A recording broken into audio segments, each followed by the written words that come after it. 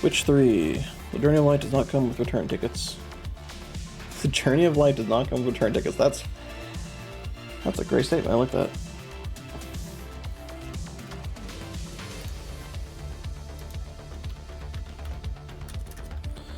Let's just type this out before I forget. Last part of Corposant.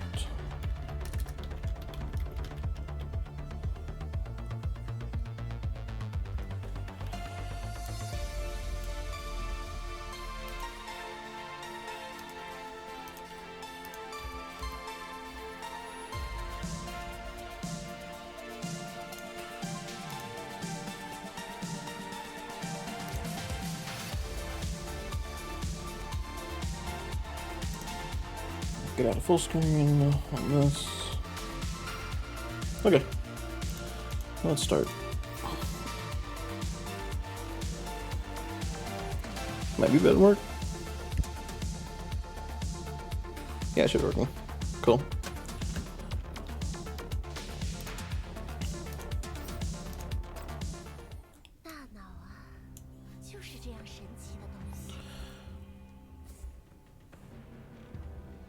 Let me close this on my phone because it's falling through my phone now.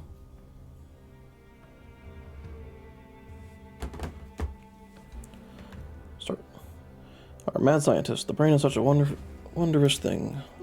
The more you stimulate it, the higher its threshold becomes. Until eventually, no stimulus can provoke it at all. Just like me now.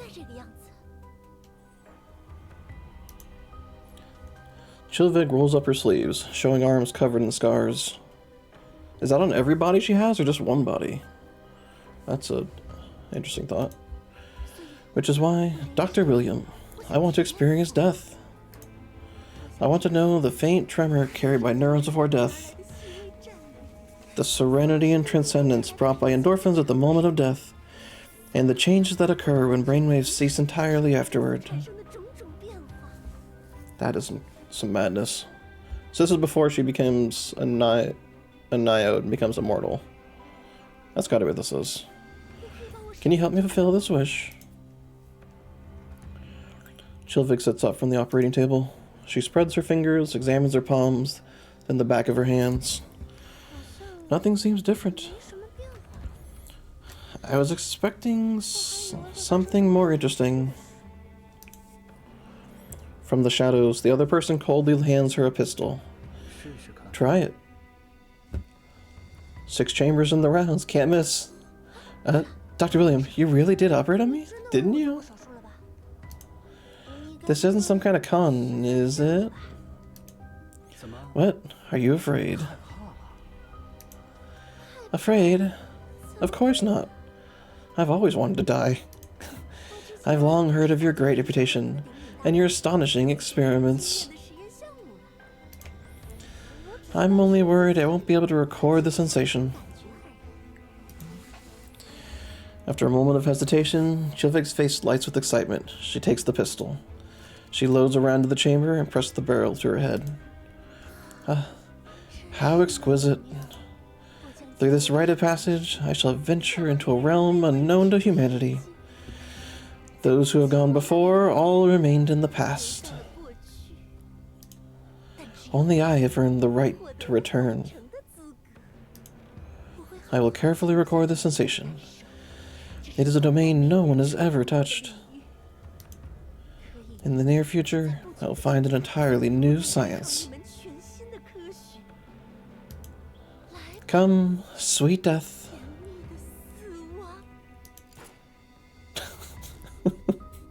It's such insanity. Chilvig kicks her chair lightly and turns to face the doctor. Nirvana? What is that? A place where life and death converge. There will be many things there that interest you. And your proclivities. You are a true genius.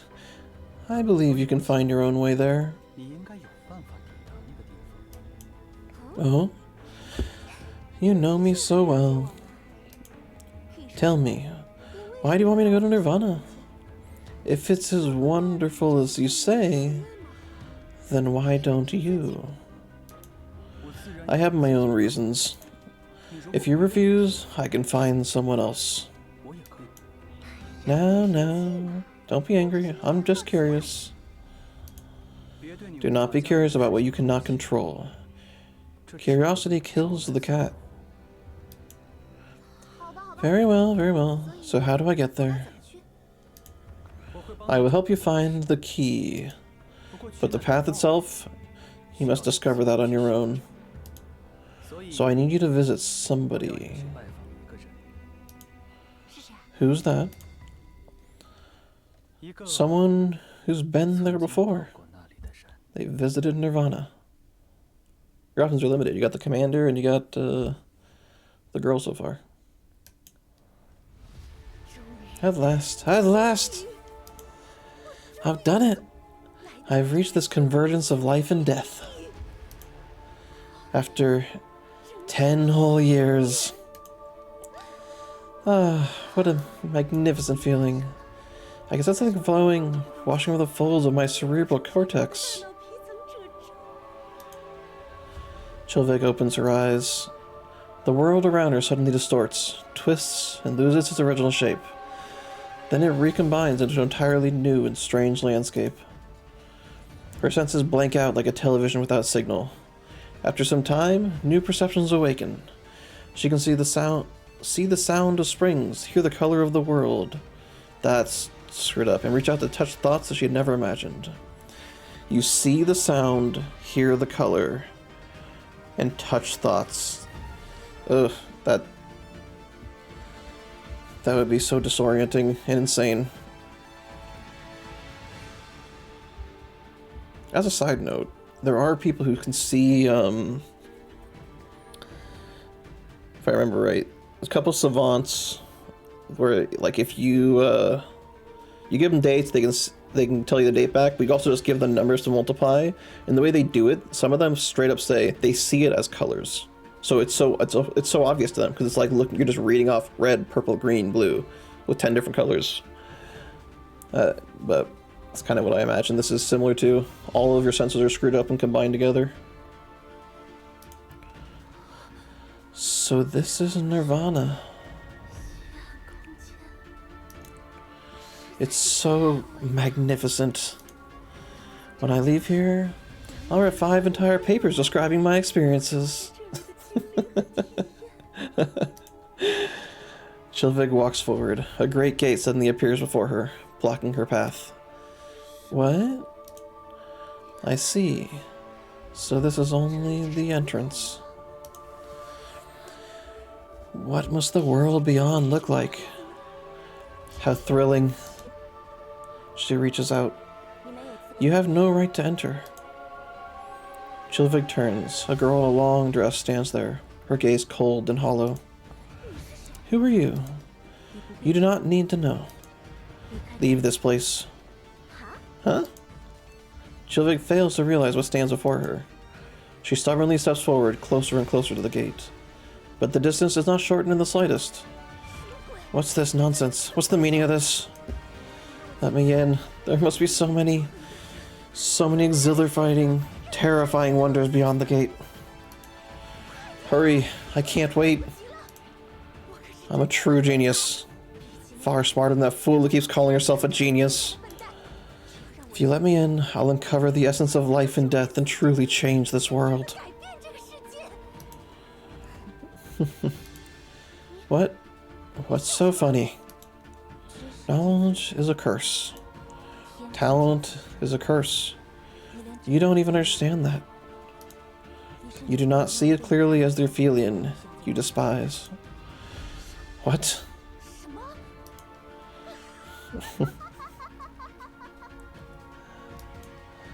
You've got to be kidding. I've worked so long, used my brilliance to manipulate her, and finally this gate. My wish is within reach. How could I possibly be inferior to that idiot? Because from the moment you tried to peer into your own fate, you lost the right to enter this gate. Everything you've done has no meaning. Lost the right? What do you mean? I'm immortal now. I've achieved what no human in this world could. I clearly have more right than anyone else to enter this Nirvana. Hey, answer me. You're not immortal. You're merely a pitiful coward who dares not face yourself. The voice and the gate before Chilveg vanish. She searches frantically, futilely, and eventually collapses on the ground. How?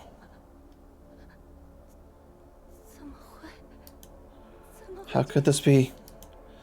All of my efforts mean nothing?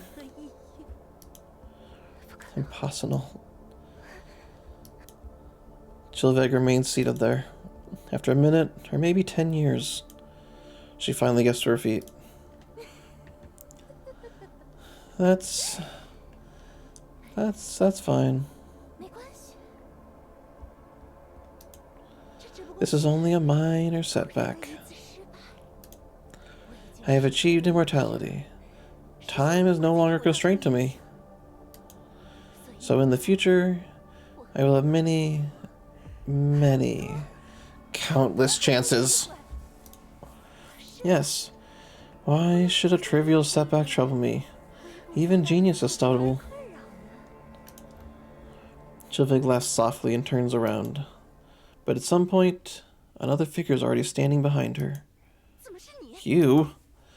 How did you get in here? Is this the commander? This is the path I found.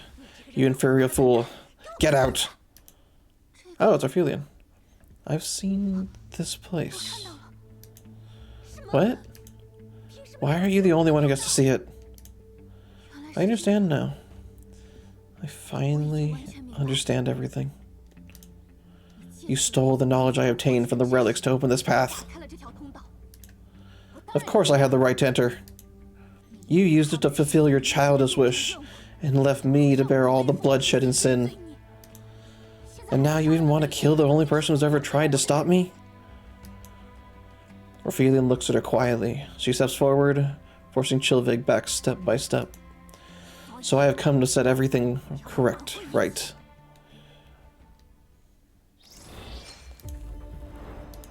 A little short.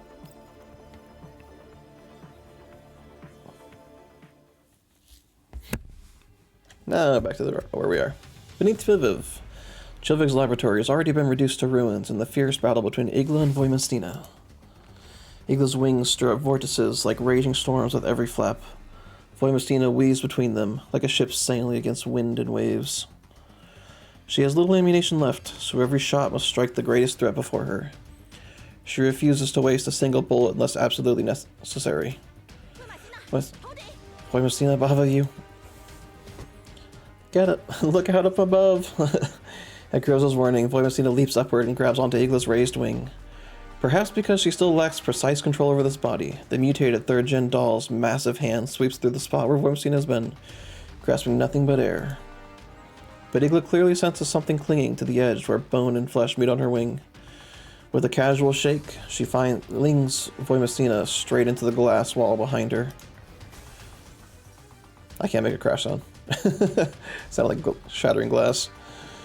The reinforced glass shatters under the impact of Voimostina's heavy frame. Her body and shards fly backward together, tumbling across the laboratory floor until she slams into the wall behind, leaving a massive crater before finally stopping. Igla then lowers herself towards the shattered glass wall, searching through it for Voimostina. She did that on purpose. This is bad. Voimostina's in trouble. A gigantic hand thrusts into the laboratory room. Though the lighting inside is dim, and Voimostina's exact position cannot be seen, it's obvious that Igla has grown thoroughly irritated by the doll buzzing around her like a relentless bee.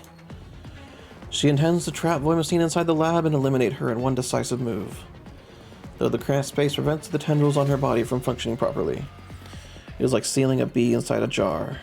After that, she only needs to capture it at her leisure. To avoid detection, Voimostina presses herself against the wall, lightening her steps as much as possible. She dodges the massive hand sweeping and grasping for prey, making her way towards the laboratory doors. The doors have no handles. The two automatically sliding panels are sealed tightly shut. Voimostina tries to pry open a gap with their fingers, but the seam offers no leverage to force them apart.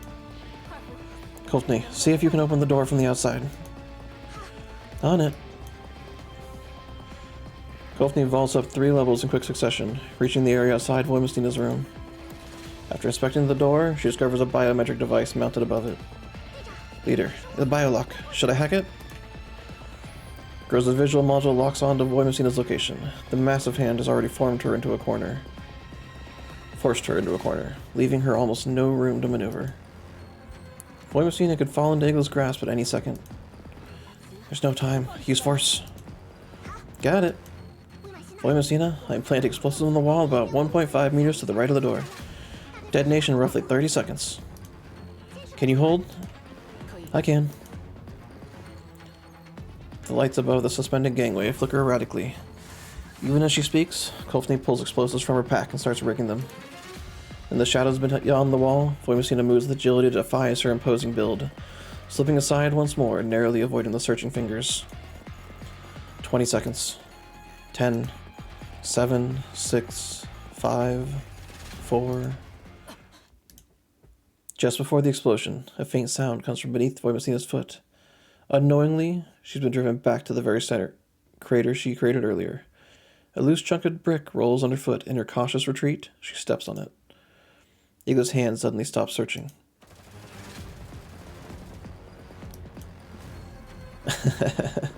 Boom. Crash. The scene erupts into chaos in an instant. Voimestina's gunfire, the explosion of the charge, and the thunderous sweep of Igla's hands across the lab floor resounding simultaneously, turning the once silent underground facility into a boiling maelstrom. Right before Igla's fingers make contact with Voimestina's frame, the latter's assault rifle spits a burst of fire. Surprisingly enough, the bullets knock Igla's massive fingers away. Blood splatters across the walls, staining the white surface a horrific crimson. Ah! A wail of pain echoes from Igla's throat. Maddened by the injury, she thrashes wildly, tearing through the lab's corners as blood smears across the ground in dragging streaks. Voimestina seizes the moment and slips through the breach blasted open by Courtney. Igla's enraged. Courtney, Voimestina, you may have to confront her head on. It's fine. Reinforcements are almost here.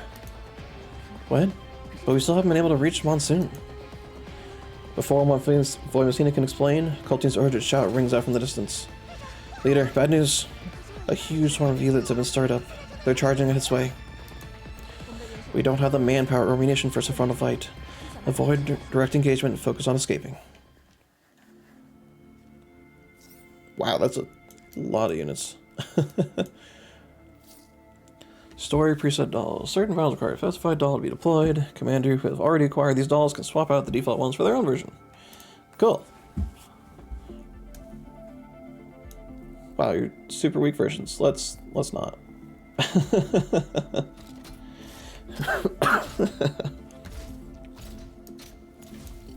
Get in, my Groza.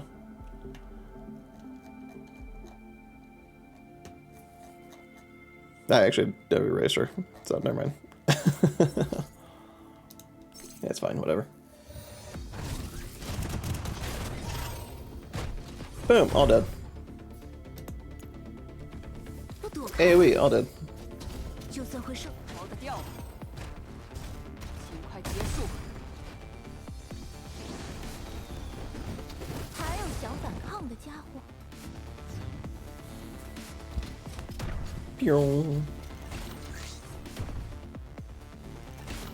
That is so strong.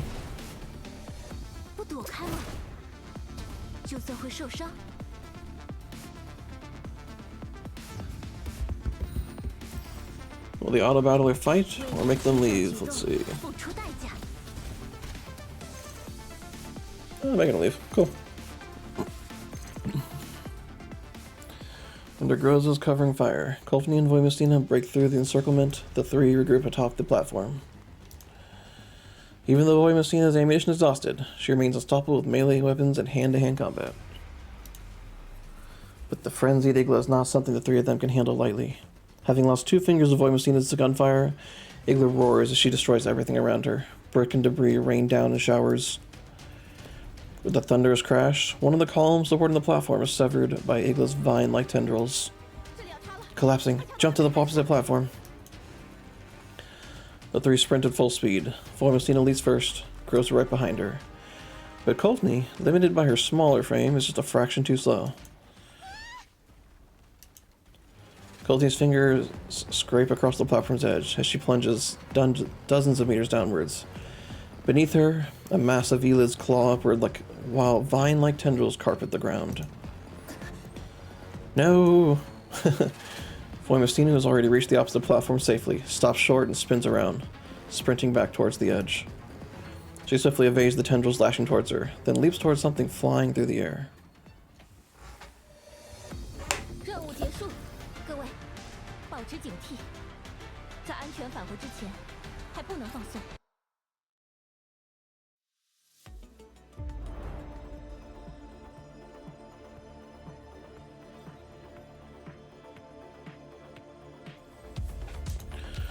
Collapsing epithelium. Collapsing flowers. She blooms for a moment, then sinks into eternal slumber. So you back in Nirvana now? Oh, video. Nice.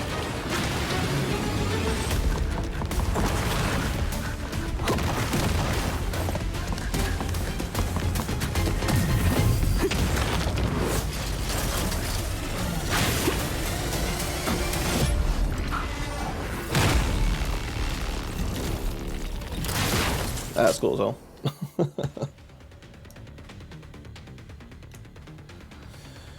Voimostina's communicator crackles with the voice of a familiar man. How is it, Voimostina? Not bad, right? Took your sweet time, Kevin. Well, sorry about that. It's Nayli's first time building something like this, so she wasn't exactly quick about it. Anyway, make good use of Dr. Shaw's final legacy. His legacy is to build a mech frame. That's freaking sick. Combat frame. Voimostina secures the powered armor around herself, engaging the thrusters mounted on it. She dives rapidly downward and catches Courtney by the arm. With a light swing, she hurls Courtney back up onto the platform. Then, with effortless sweeps, she drives back the surging Elids and clears the obstacles before her. At the same time, Groza's communicator finally receives a response. Miss Groza, finally. Diane, where are you? It's chaos outside. We sensed something was wrong and moved to the ground fissure. Monsoon Squad has secured the evacuation route. All members are positioned above the underground lab, awaiting your orders. It isn't time to evacuate just yet. We're still waiting to hear back from Commander. But there's something else I need you to do. Voimostina, how can we best assist you? Voimostina activates the scanner on her powered armor. It synchronizes perfectly with the wolf size system within her frame, pushing it to maximum output. This is the invention of Samantha Shaw, the creator of Task Force Defy. Through the wolf eye system, Voimostina clearly sees every vein and blood vessel coursing through Igla's massive body of flesh.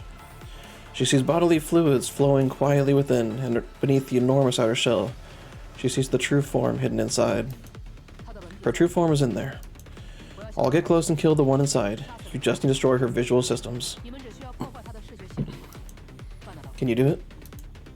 Of course. Courtney, Monsoon Squad. Our objective is to disable the enemy's visual systems and cover Voimostina's approach. Commencing operation. Oh man, that's hideous. That's our I thought it'd look.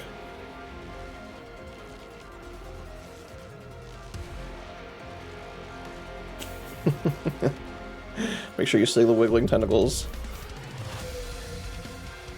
The greasy blood wings. That's too bad, Igla. I thought was super cool regular form.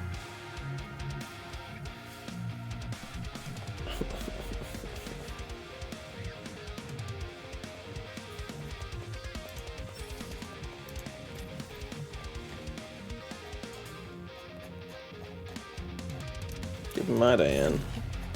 I never built up the other girls, so whatever.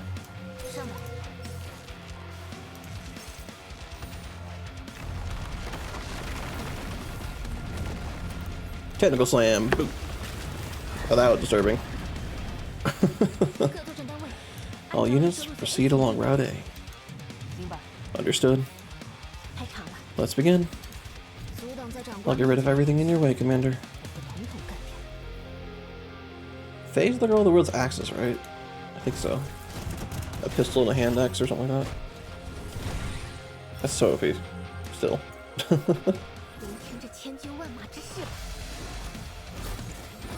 Boop. 25k damage, don't worry about it.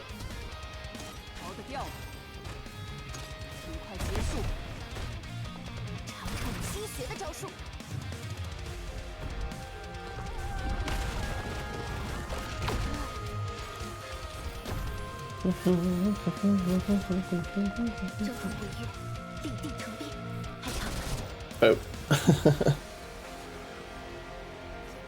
Are these collapse crystals? I can't believe they're actually collapse crystals in the white zone. The flowers are incredibly effective. It's only been, what, 30 minutes? They're here too. Will the commander be alright? I'll think of a way to destroy them.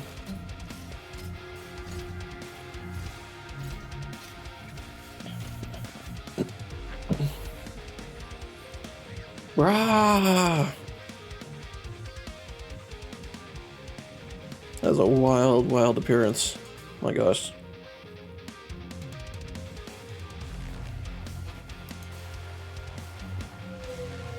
All units be advised. Large amounts of collapse crystals have appeared nearby. It's very likely they'll have a negative influence on the region. That thing's on the move too. Be careful, everyone. Turn this off a bit.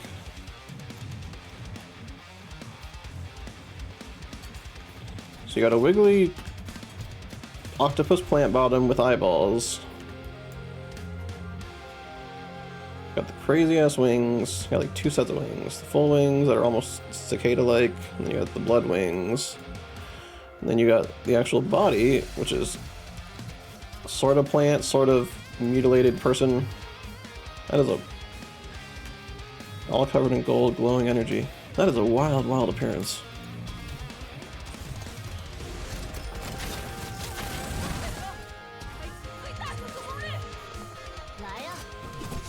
I will have to try this on heroic mode, so 503 turns. This gotta be like crazy hard or something. So it does AoE damage.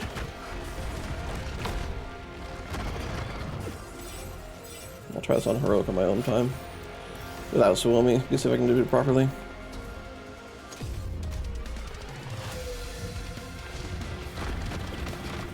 Ba-da-la-la.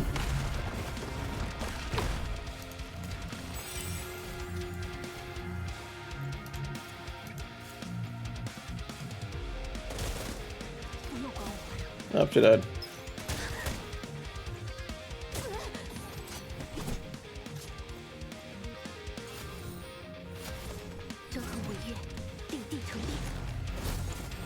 Do-do-do.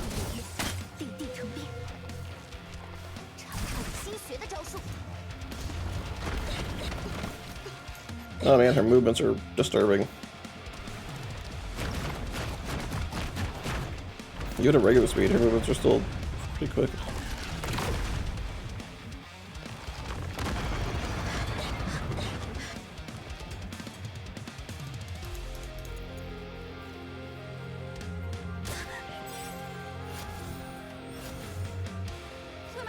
Formosina, up ahead.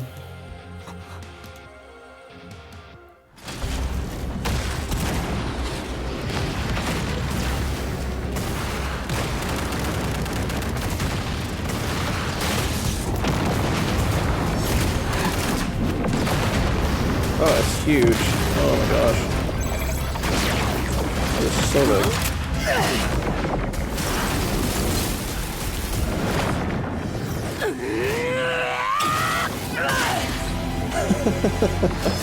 He's like, that's a drill. That's wild. Can we not kill Igla? I really liked her.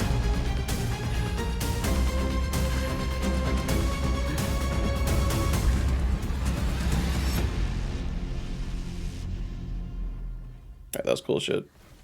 That's cool as hell. Igla's true body is dragged out from the monstrous shell by Voimosina and flung to the ground. The blood-soaked frame of the third gen doll crashes violently onto the already ruined floor, sending up clouds of crimson dust mingled with debris. Igla's mind seems to clear with the brutal impact. AK-15. She struggles to rise, as if determined to fight Voimestina one last time. You've lost. Not yet.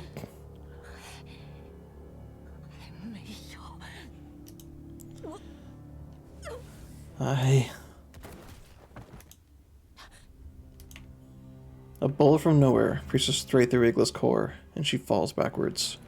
Her scattered hair drifts like thin morning mist, dissolving into the dawn over Lviv. All units stay alert.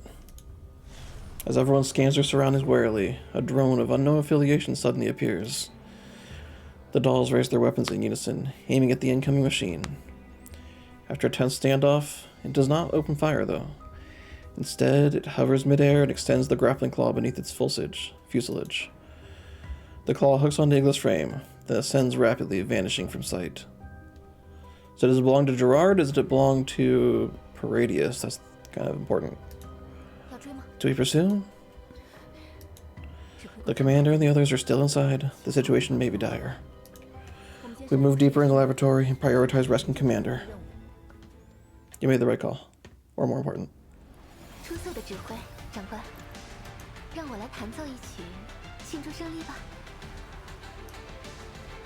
Alright. So yeah, the video segments they made for this chapter is really, really cool. I'm actually really happy they did this. Her eyes snap open. It feels as though she's just wakened from a long and terrible dream. In that dream, someone tries to lock her away and subject her to some kind of experiment she cannot understand. Is this Helena? The laboratory in the dream is deep and cold. A woman named Chilveg stands there, laughing madly. Will she force herself awake? As long as she wakes up, that dreadful dream will not become reality. It is Helena. Teacher? Teacher? Did you go out again? It's so boring being alone without you here. She stares blankly at the complicated writing on the whiteboard. Teacher has already told her this is knowledge, part of the structure of the world itself. Teacher says that once she masters this knowledge, she will truly be able to leave this place. But now, she just can't bring herself to care. She searches every room, but Teacher's nowhere to be found. Although she's been told not to wander off, curiosity gets the better of her. She wants to go outside and look. So Helena's in Nirvana. Without realizing it, she walks out of the manor and arrives somewhere unfamiliar. Ah, it's Teacher's laboratory. She reaches out and touches the green field before her. To her surprise, as her hand moves, the surrounding plants begin to sway as if commanded. Vines become musical staves. Green leaves turn into the dancing notes upon them. She waves her fingers and savors a long-lost sense of freedom. Like a fairy, she darts through the green expanse. There's no wind here, no light, no sound. She runs for a very, very long time, yet never feels tired. Only when her vision blurs into a vast white emptiness does she realize she's reached the edge of this place. To her surprise, a small girl stands there, looking lost. She's never seen anyone here besides Teacher, but she possesses knowledge. She immediately comes to the realization that this little girl must be human, just like Teacher. So she tries to speak. Want to play together? Oh, what? So Raphelion as a child talks to Helena as a child. That's very cool and almost kind of sad. Who are you? We actually have I don't have a name yet. But you can think of me as a human who lives here. I've stayed here for far too long. So, I want a playmate. Will you stay and play with me? So the world you live in doesn't even have crepes? No. But I've read about them in books teachers gave me. You've only read about them. How very sad. Then why don't you come to my house? I could treat you to crepes in all kinds of flavors. What the girl just said seems to have suddenly reminded her of something. She leaps to her feet. I have to go back. I'll get scolded if I make teacher wait too long. I had so much fun, but now it's time to keep my promise and send you back. You really won't consider coming to my house? This is a world without even crepes. I can't. Her expression suddenly turns serious, startling little Orphelion. If I leave this place, I won't be able to send you home. Just like in that dream.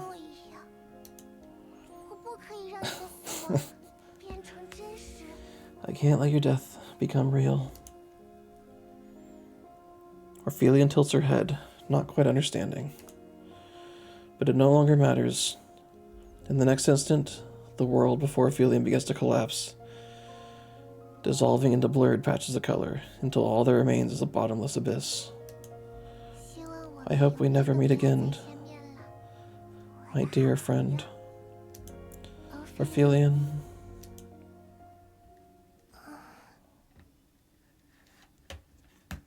That is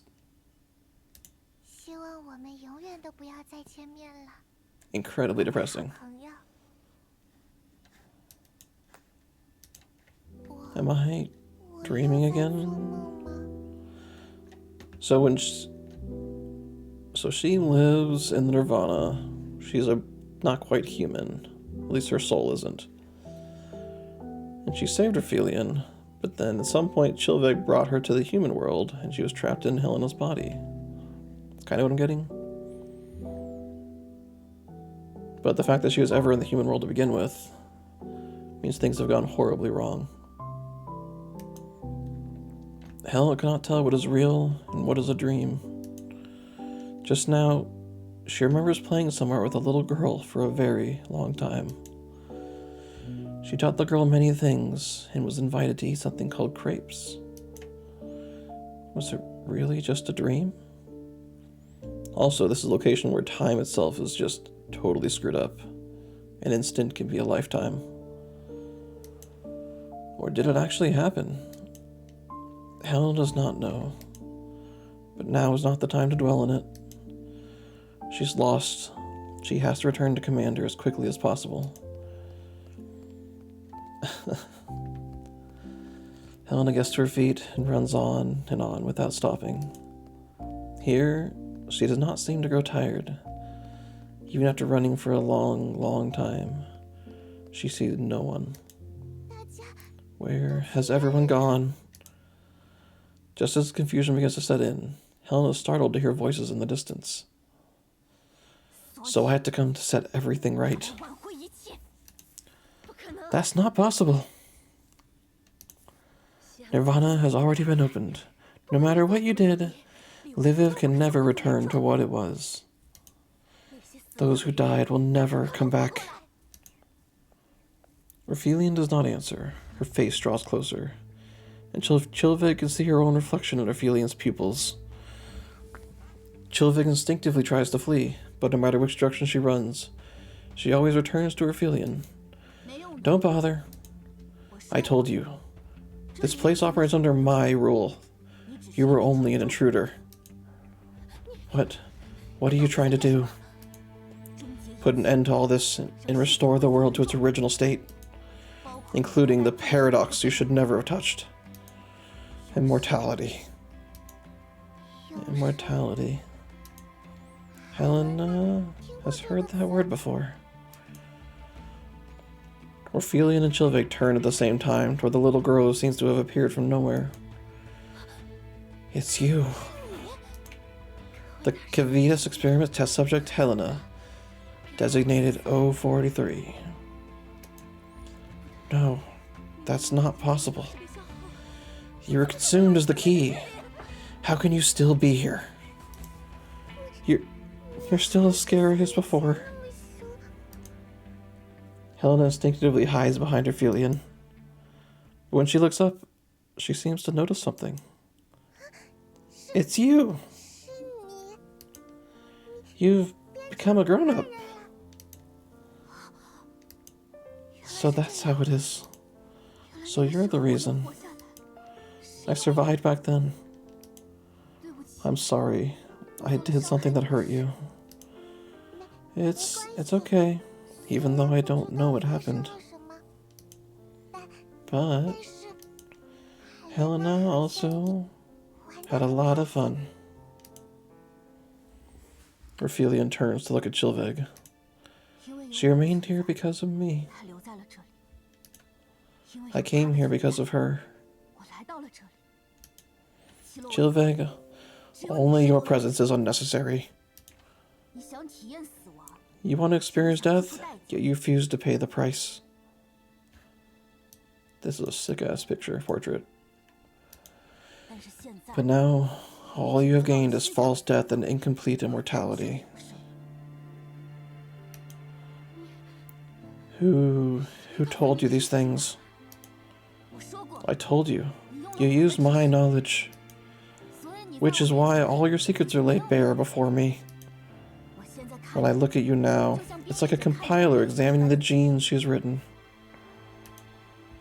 No matter what traits those genes express, she can trace them back to their source code, basically. You understand that feeling, don't you? Ophelia smiles at her. Chilvig knows she's referring to her creation of O43, but she's no longer any special desire to speak, because no matter what she says, it's meaningless before Ophelia. All she can do now is tremble and await her judgment. But Ophelia does not address her again. She turns to Helena and smiles. Sorry to have kept you waiting for so long. Oh, it gets colored too. That's beautiful. This time, it's my turn to send you home. You're coming with me too. No, I think one of them has to stay. This time, we can go eat crepes together. No, Helena, you understand, don't you? 10 years ago, I saw what I should not have seen. I was never meant to leave this place. Because of you, I became blessed, the fortunate one who was allowed to return. You bore my sin for me before. Now it's my turn to repay it back. I don't understand. So Helena clearly lost a huge section of memory because she should have known all of this from her original massive knowledge gap that she gave to her. It's alright, you simply have not yet realized the importance of the selves who can hear your voice. When they all return to one, you will understand. When that time comes, you must protect that person.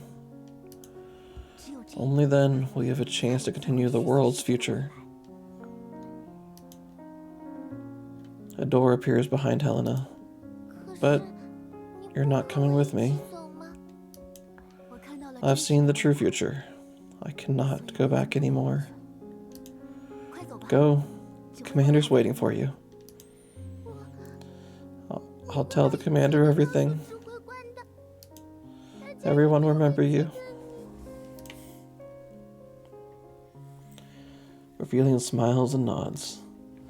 But she knows that once Helena steps to the door, she will forget everything that's happened here. Basically once again. Because this is not the real world. But that's fine. As someone who has committed such a grave sin, she does not deserve to be remembered. After watching Helena leave, Ophelia turns to Chilvig. She takes her trembling hand. What are you doing? Do not be afraid. Whether you seek immortality or death, at the boundary between Nirvana and reality, both wishes can be fulfilled. Didn't you want to become one of the blessed? Only one sacrificial lamb needs to remain here. But what? You must also pay the price for transformation. That is the path every blessed must walk. What price does the commander pay? Come. No. No! Ophelia grips Chilvek's hands. Chilvek struggles desperately, but it's all in vain. Hand in hand, Ophelia leads her to the edge of nothingness, then steps forward and falls straight down. Everything slowly fades away until only emptiness remains. Commander. Commander! Wake up! I finally regain consciousness. Helena. How did you get out? On our way here, the vines supporting this place are gradually disappearing. So we destroyed the experimental apparatus and rescued Miss Helena. I lower my head and see that the tank containing Chilvek's brain has lost its connection to the plants. It has fallen to the ground and shattered, the brain slowly necrotizing and turning black after being exposed to the air. Beside me, Messina encased in mobile armor, easily lifts me and sets me on the armor's shoulder. Alva and Klukai, who were struck by the data surge earlier, are gradually regaining consciousness as well. Whew, that's good. Everyone's safe. This place is about to collapse. I must get you out immediately. No, wait. Where's Ophelia? She was right next to me. I'm sorry, Commander. We only found you. But Ophelia was definitely with me. Groza and Voimacina exchange a silent glance. Commander, this Ophelia you mentioned? Who is that? Ooh, delete it from everyone's minds. Even the dolls? So you delete the data of their existence from reality? What? I look at Groza in confusion. She's been at my side ever since we entered Lviv. There's no way she wouldn't know where Ophelia is. Could something have happened out there just now? Something that damaged the neural data? I turn to Alva. Alva, you didn't see Ophelia either? Ophelia? I have no memory of that name. What's going on? So he is blessed, but I don't know what he paid. But the urgency of the situation leaves no room for such pondering. We have to move. You all go first.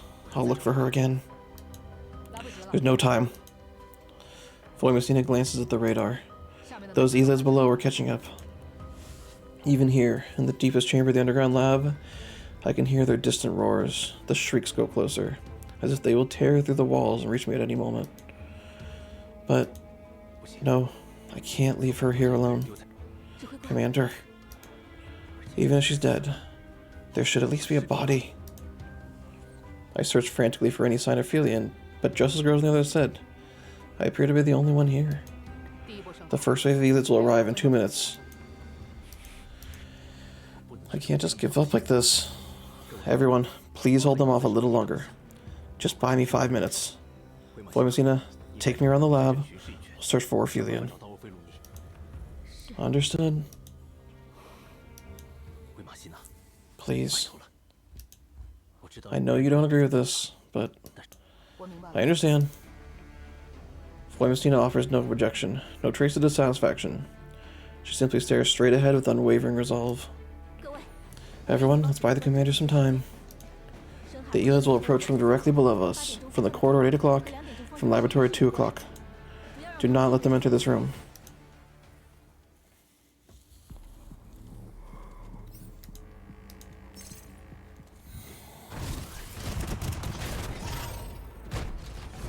Boom!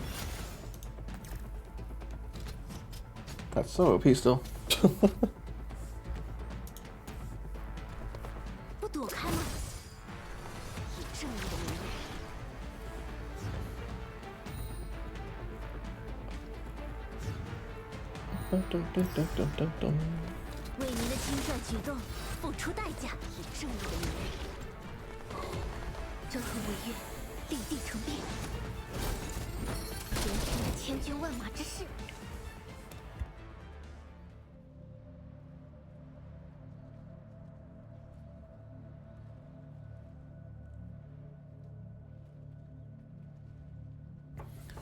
Seated on Voimistina's armor, I circled the entire underground laboratory.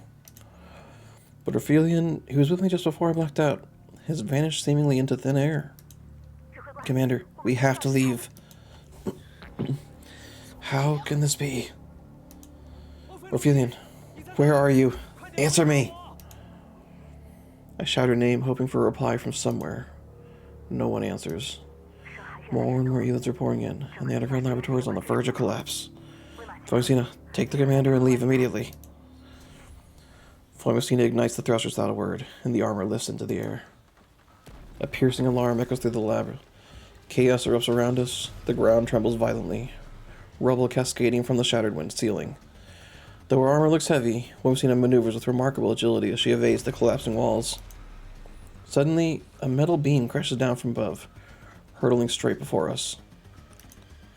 Hold on tight. Voimostina pushes the propulsion module to its limits. I feel as though I'm clinging to the wing of a jet, the air slicing across my face like blades. I grip her arm tightly. One slip, and I'll be thrown into the red-lit abyss below, buried alongside the elids. We can't dodge it. Just as the beam's about to crush us, Voimostina twists the armor 180 degrees and catches it with her other arm. The impact rings out with a deafening clang, and a visible crack splits across the armor. I know that if she were here alone, she could have avoided easily, but to shield me from harm, she chose to take the blow herself. The armor plummets for an instant, then I hear the thrusters roar back to life. With a violent heave, Voimostina hurls the multi-ton beam into the abyss. Beep, beep, beep, beep, beep. Emergency beeps. System warning. Left arm damage, sensor failure. Shooting aid offline. The warning blares through the armor. I look at Voimostina. Her face remains expressionless, yet the rapid flicker of orange light reflected across it tells me how grave the situation is. Rubble continues to rain down. The elids below surge upward in reckless pursuit. The armor darts like an arrow through the falling debris. But the earlier impact has clearly dulled Voimostina's responsiveness. Shovel chunks of rubber fly towards us. Without thinking, I draw my pistol and shatter one midair. Two more pieces slam into the armor's head with a dull thud. Are you alright? Left visual model damaged. She mentioned earlier that the armor's visual system is connected to Task Force Defy's exclusive Wolf-Eye, one of the key advantages that sets Defy apart from ordinary dolls. If the visual system is compromised, her firepower is severely reduced. While fending off elids trying to leap onto the armor, my mind races for a way to get us out alive. Groza, can you reach us? You need to ascend another 50 meters. Can you coordinate with me? Of course. What do you need? Visual system and targeting systems are offline. I'll have to aim manually. I need you to be my eyes. Your eyes? What? But the accuracy will suffer. I trust you. How could I possibly refuse? My life is in danger right now. The armor continues weaving at full speed. Through the violent air currents, I lift my head and begin calling out targets. 2 elids toward the lab, bearing a 0. Elevation 30 degrees, distance 20 meters. Choo-choo. Bang bang. Voimostina fires precisely according to my callouts, shooting them down. Seeing her accuracy steadies my nerves. Second platform, bearing 210, elevation -5 degrees, distance 35 meters. Directly below, vertical angle 30 degrees, distance very close. She keeps firing as we near Groza's extraction point. Front left. Too late.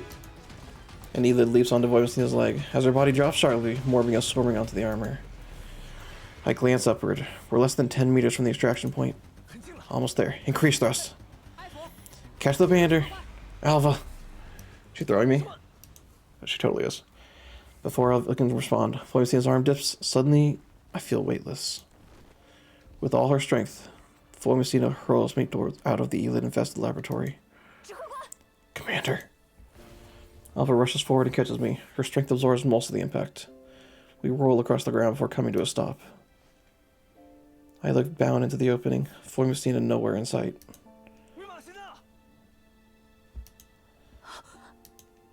Groza, get ready. Be prepared to extract Voimostina at any moment. Roger. Almost a minute passes. Still no sign. But I refuse to believe she would fall so easily. I refuse to believe Voimostina would go down like this. thunderous explosion roars upward with a powerful blast of air. One detonation follows another, as if something has ignited the sewer gas below, reducing Chilvig's entire research facility to ashes.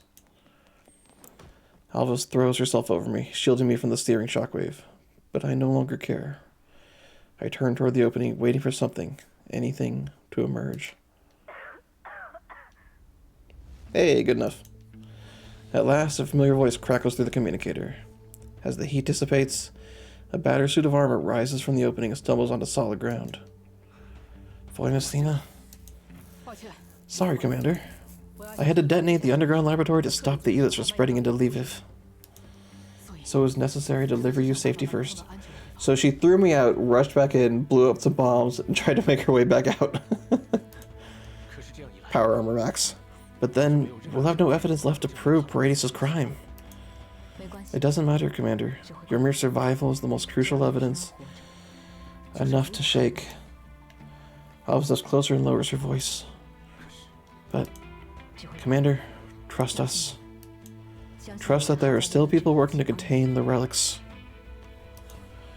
You mean Misha? Alva nods. If that's the case, why claim you're no longer affiliated with the state sec? It's true that we have formally severed ties with the government. That is an undeniable fact. But like you, we have also accepted agreement. Only the terms differ. Task Force Defy is no longer merely a special operations unit. For the past 10 years, we've been searching for and forging a new meaning for that name.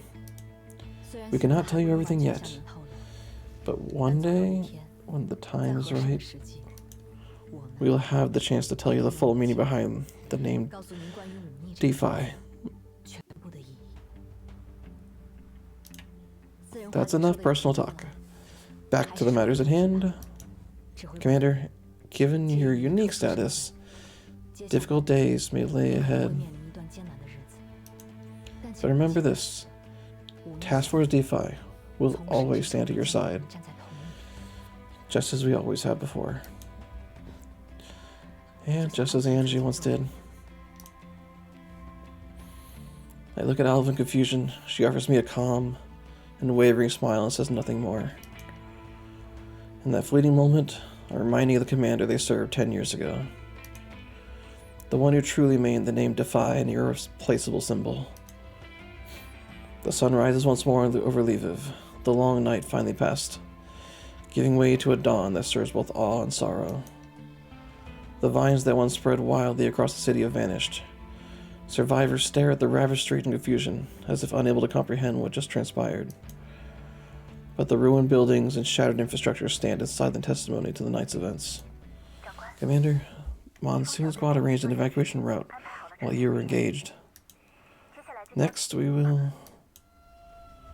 The Yoon's words are short by a heavy mechanical hum, followed by running footsteps and the rumble of armored vehicles.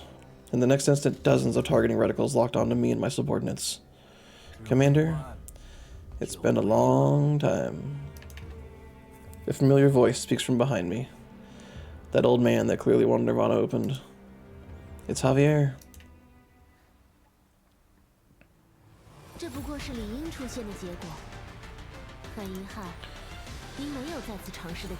Portrait behind the curtain. Oh my, did you see me?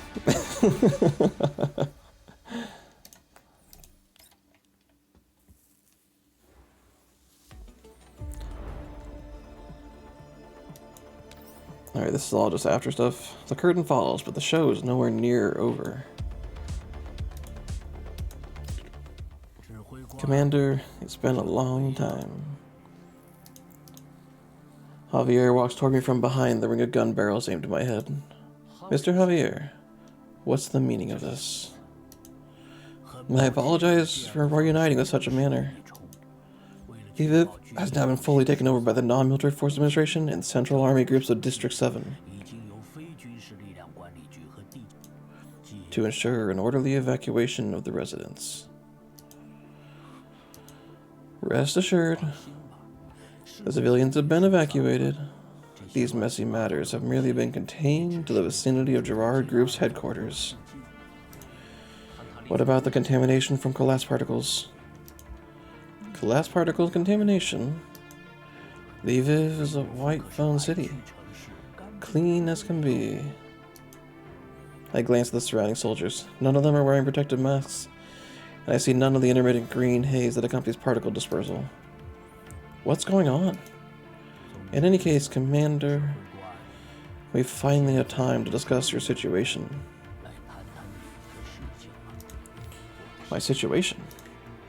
Herodias had nearly hollowed out Lviv from beneath, and yet you come to question me. Is this how the URNC government presents itself? Calm down. We have no intention of accusing you of anything here. However, we do require a reasonable explanation for your presence at such a sensitive scene, given your questionable status. I would very much like someone to explain to me why Paradius, which should have collapsed 10 years ago, is still conducting large-scale relic experiments beneath Lviv in broad daylight. Why are you so certain that Paradius is behind this incident? Commander, if you have evidence, you may hand it over to me now. I will give you a satisfactory result, just like old times. Mr. Javier, if you were true like old times, you would never appoint people pointing guns at my head at a time like this. Nor would you require me to present evidence before you agree to investigate Paradius. Javier casts a thoughtful glance at the soldiers around us, then returns his gaze to my face.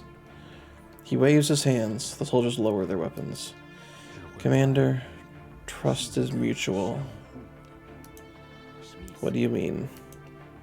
Those surveillance footage, we discovered your presence at the summit hosted by the Gerard Group. You appear to have improper contact with certain individuals there. Certain individuals? Whom do you mean? For example, the primary suspect of this incident and the head of project, Mr. Oleg.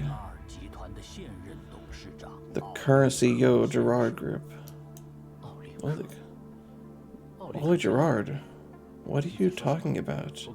I've never even... The head of Project Eden? Who? Oleg? Indeed. Although he's merely a puppet pushed to the forefront, that does not mean he's as innocent as he appears in this matter.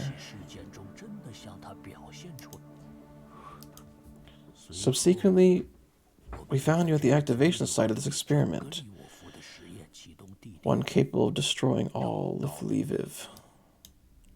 Javier's lie is so clumsy it feels like an insult. I've never attended the summit, nor have I met Oleg. The one who made contact with him was Kruger, and he died after. He does not even mention Ulfrilian's name. This method is not unfamiliar. It is entirely consistent with their style, and yet something is off. Though I have no direct contact with him for 10 years, from our prior communication this meeting, I know Javier has not changed much. He's skilled at twisting facts and spinning an official truth for public release. But when dealing with me, someone who knows the inside story, he would not treat the other party as a fool. He would offer appropriate bargaining chips instead, making refusal difficult. Forcing fabricated facts onto me and coercing compliance is not in his style. In that case, what about Orphelion? Who? Javier's expression barely changes. For an old fox like him, that's hardly surprising. But the confusion in his eyes is genuine. He does not know who Orphelion is. He does not know who Orphelion is either. Just what is going on. It's as if no one but me remembers that Orphelion ever existed. Recovering Helen and investigating the truth behind Project Eden were tasks personally assigned to me by Mr. Kruger. So whether it was contacting the head of project or infiltrating Paris underground lab, it was merely, Commander, I understand your actions. But from the brass's perspective, none of that is important. What matters is that you overstepped. In a way, so. Although you stopped Oleg from initiating his evil plan, just like 10 years ago, you did something you should not have done. And just like 10 years ago, I am here to remind you, and to help you. As long as you hand Helena over to me, all of your suspicious activities in Lviv over the past 2 days can be wiped clean.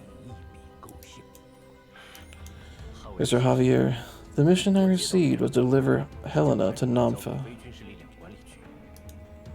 I can take her on Kruger's behalf, then have him tell me that himself. He is unwilling to play the villain. As you see, being the bad cop falls to me once again. But deep down, you know it. My demand is the demand of the Non-Military Forces Administration.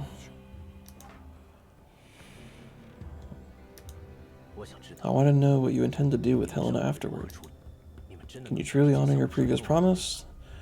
That she will merely serve as a piece of evidence against the Gerard Group? Of course. Mr. Javier, can you swear on your honor to guarantee Helena's safety? I detect a brief hesitation in Javier's tone. To someone who knew and worked with him 10 years ago, that fleeting pause is telling enough. Another pleasant-sounding lie, isn't it? Commander, I do not wish to put you in a difficult position, but let me speak with the commander. I have no idea who this is. Behind Javier, a soldier hands the communicator. Javier frowns, clearly displeased, but still raises the device before me. From the communicator, that cold voice sounds once more. I look at Javier, perhaps because of the man speaking through the communicator. For the first time in all these years, he cannot meet my eyes. In that instant, I understood everything. Pure rage. You finally show yourself. Earl. Let's keep this brief. Commander, regarding that question from 10 years ago, I will give you one more chance to answer. Tell me your choice. In return, everything you desire can be granted, including this Helena you mentioned repeatedly. I can place everything behind this matter under your responsibility. The hedgehog or the fox? Which do you choose? I choose neither. Ooh, like this music. 10 years have passed, and you have not matured at all. Precisely because of 10 years past and nothing has changed, I now understand your lies more deeply than ever. Only this time, I'm not running away. This is about realizing the world I envisioned. Earl, your ideal has strayed from that path. A flawed process will never produce a just result. How arrogant. Yeah, I agree. And to achieve my goal, I will stop at nothing. Then in my view, you have already made your choice. From the communicator, the Earl issues his final command. Javier, I urge you to reconsider, sir. Do it. The soldiers around us raise their guns once more. Javier turns his gaze towards me and strikes the ground sharply with his cane. Proceed. Proceed with the execution. New script. How should their story continue? The investigation of the serious violent incident that occurred in Lviv 3 days ago is now concluded. According to the military, a group of terrorists accompanied by several unaffiliated armed dolls engaged in a fierce firefight with the army in the city center, injuring multiple soldiers. After reinforcements arrived, the armed dolls began withdrawing by helicopter. It is reported that during the evacuation, the suspected leader of the terrorist unit, believed to be the commanding officer of the doll force, was seriously wounded, yet still managed to escape. The military has since sealed the city's main entrance and exits and launched a citywide sweep. The investigation also reveals that on the eve of this incident, the group triggered a small-scale violent disturbance in satellite city Lviv 13. That was quickly suppressed by local security forces.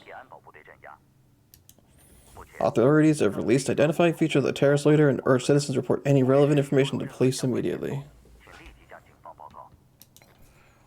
Beep. Turn that TV off. I don't want to hear your bullshit lies. I'm wanted. Gritting my teeth against the stabbing pain in my abdomen, I sit up and switch off the radio broadcast. When I look down, I see blood faintly seeping through the gauze. Groza notices that I'm awake and quickly moves and comes to my side. Commander, you're finally awake. How do you feel? Does the wound still hurt? It's fine. I press a hand against my abdomen, hiding the blood from Groza's view. Good to hear. Mei Ling has been working overtime for 3 days straight and finally completed maintenance on everyone's frames. The Monsoon Doll's frames suffered the most severe damage. They may need certain core components replaced. We originally planned to resupply at the nearest maintenance station and purification zone, but given this current situation, I can only contact Paul Denista to procure some substitute parts. Right? Sounds like a plan. I didn't expect the soldier's aim to be that bad. That bastard Javier. He definitely saved his life. I recalled the scene. After Javier struck the ground with his cane, there's a subtle shift in the soldier's eyes. I seized that moment to have Monsoon Squad deploy smoke grenades. We boarded the helicopter sent to extract us amid the chaos, though I still ended up taking a bullet to the abdomen. By the way, how are Alva and Monsoon Messina? Actually, I didn't think.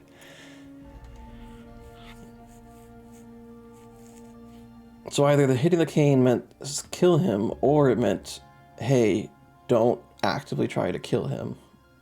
He's actually, we don't want to actually hurt him. Don't follow full commands. I think it's the second one. I think he actually did. Javier tried to save him.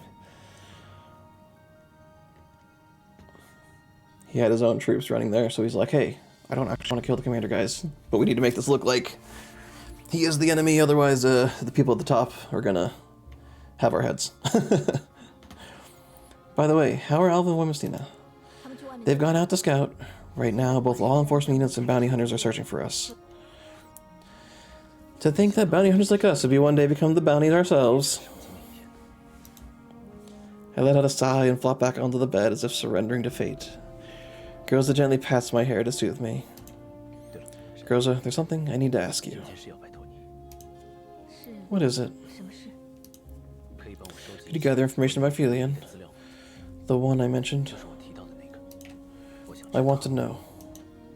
Actually, I already looked into it for you after we returned. What have you found? Seems like nothing. Nobody exists with that name. You should see it yourself. Groza hands me a few thin sheets of paper. That's all. Yeah, that's everything I could find. I skimmed through the documents.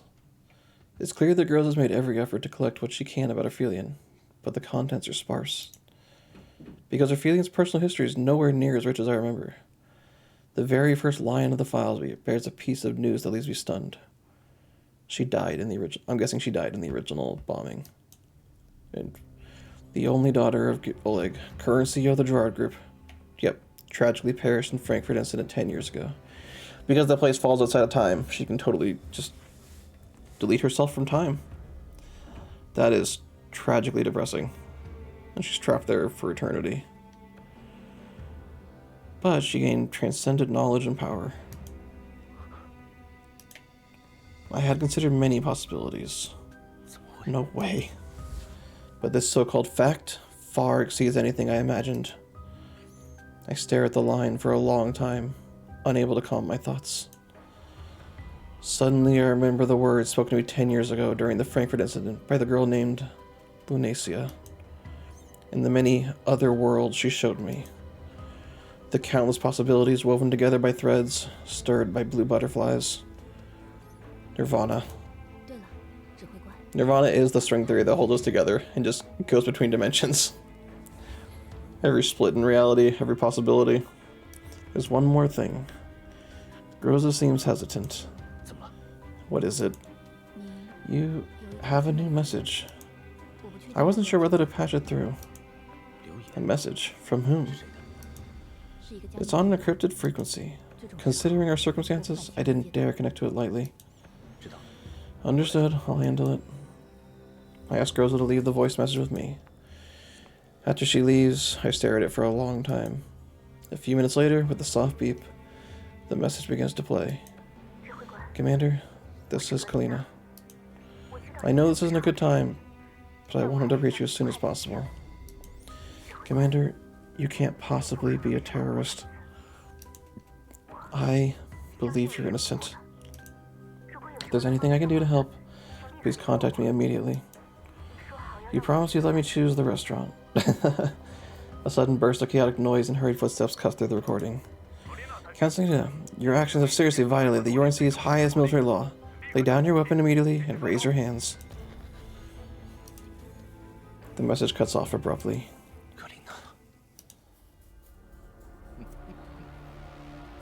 The final legacy of the Gerard Group. In our hands at last. Igla? Zimmerman admires the third-gen doll, suspended before him with satisfaction. She hangs in midair, limbs fixed by precise, metallic arms, as though nailed to an invisible cross. Igla's torso is open, revealing the intricate structure within. Several data cables wind out from her exposed chest cavity, connecting to surrounding receivers. The only part of her body that can still move, her eyes, roll wildly as searching for something. Her vocal module is already damaged, and only garbled syllables escape her. Miss, where is the young mistress? I forgot to shut off the vocal module. So Igla remembers. That's kind of depressing in its own way. She's trapped in a cage of her own neural cloud mind, remembering someone no one else does. Zimmerman presses a button. Igla falls silent. Are you satisfied with this gift? You have not disappointed me, Mr. Zimmerman. From this point onward, Chet Fabin shall be our closest strategic partner. May our partnership be fruitful. Zimmerman, you seem to be in an excellent mood today. Indeed, a rare occurrence. Archive all the board documents. You may leave afterward. Understood, Mr. Zimmerman. Zimmerman exits the opulent and spacious office, leaving the secretary alone to diligently organize the files. A short while later, she places the last document into its folder, closes the cabinet, and dusts her hands off. It's like dusting away history and then leaving forever. What a busy day. Oh man, secretary, is that the Mila? At the headquarters of Orlik Conglomerate, a woman appears to be a secretary, finishes her day's work, and stretches. She then picks up the phone and dials a number. Oh my, I didn't expect you two to get home so early today. What would you like for dinner? How about filet mignon with borscht? Alright, I'll throw in your favorite escargot too. I finished all my work for today, so I probably won't need to stay too late. Just wait for me at home. After hanging up, she sighs helplessly. She sits back down and begins typing briskly on the keyboard. Those two really are a handful.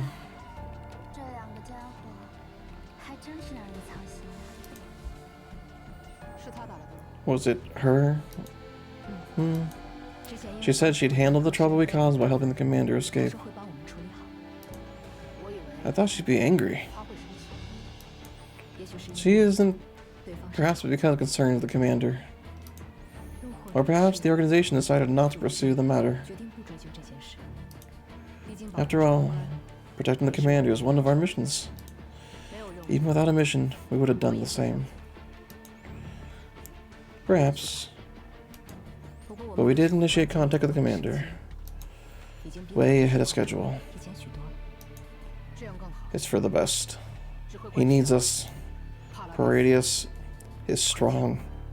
Too strong. The setback 10 years ago doesn't seem to have shaken its foundation. The current situation is not merely a contest between the fox and the hedgehog on the surface. Behind them lies a struggle between the tiger and the elephant. I don't like this either. But faced with such a tangled situation, we must learn to wield weapons beyond guns.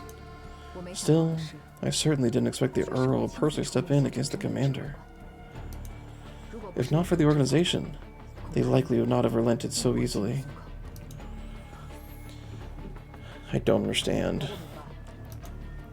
That was outside your plan? Alva falls silent briefly. She's not accustomed to nor skilled at navigating conspiracies and schemes. Fortunately, she once had a close partner, a true master at the craft from whom she now draws inspiration. I don't know how things will unfold from here, but the murkier the waters, the more advantageous it is for us, those who live in the shadows. Most importantly, now that they've played their trump card, it's time to play ours as well. I have no idea what their trump card is, but before that, we may have to endure a difficult period, unless the Secretary Mila is the trump card. Seeing the look on Voy Messina's face, Alva smiles gently. Yes, Voy Messina, we're already used to it. The hard life on the road. Alva looks down at the documents on the desk, her gaze mild and tender. She murmurs softly, her trust in that person apparent in her steady voice. Hold on, Commander, until the day when light prevails. Until your ideals can be upheld, no more research into the evil. Yo, what is this? Is there concept artwork?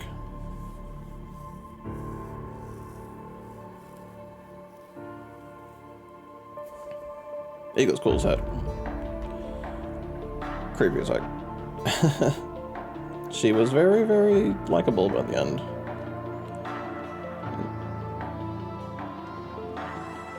The bolt gun. Oh, some music.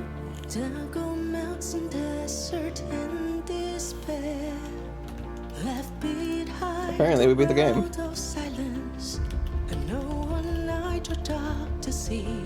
Why do I walk towards to the end of nameless tears dropping? I hear the praying from ashes. Game over. Time for Girls Frontline 3. Can I offer to give who doesn't know? Let's get a stretch.